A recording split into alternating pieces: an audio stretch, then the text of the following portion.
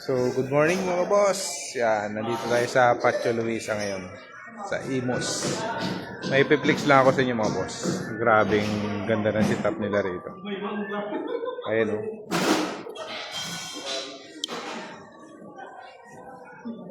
Ayan mga boss. Dito pa lang sa taas nito mga boss.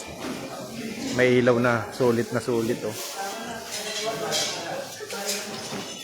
Ayan, may nakahang pa dito. Mas malupit dito sa kabila mga boss. Ito muna yung mga speaker nila. Subwoofer.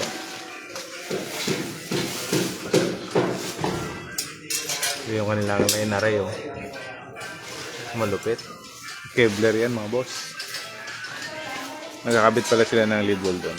Ayan o yung sinasabi ko.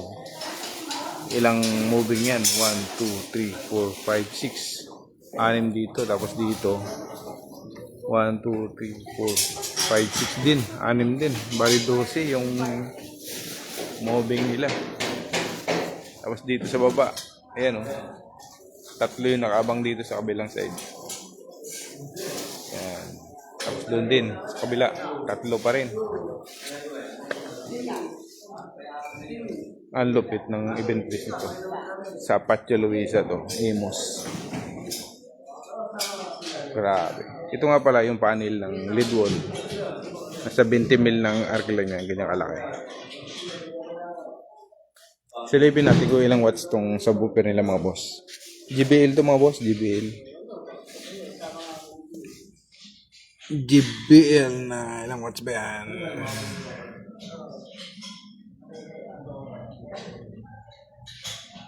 Malabo na yata yung mata ko mga boss.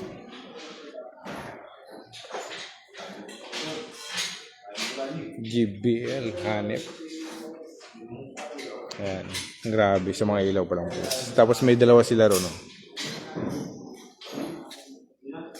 Sa subwoofer bago naka-line array.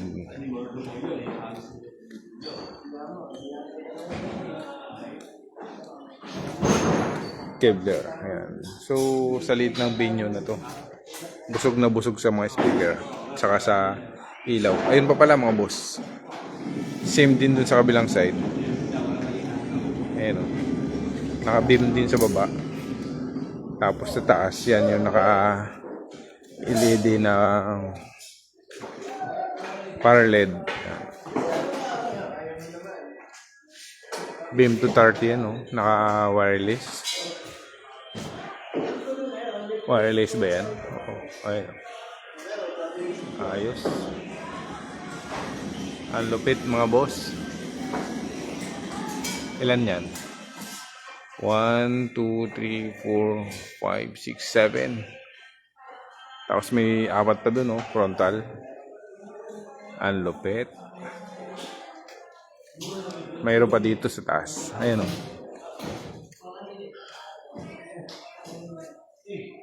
Amber light. So, ayan lang mga boss. Flex lang natin. Sobrang daming ilaw.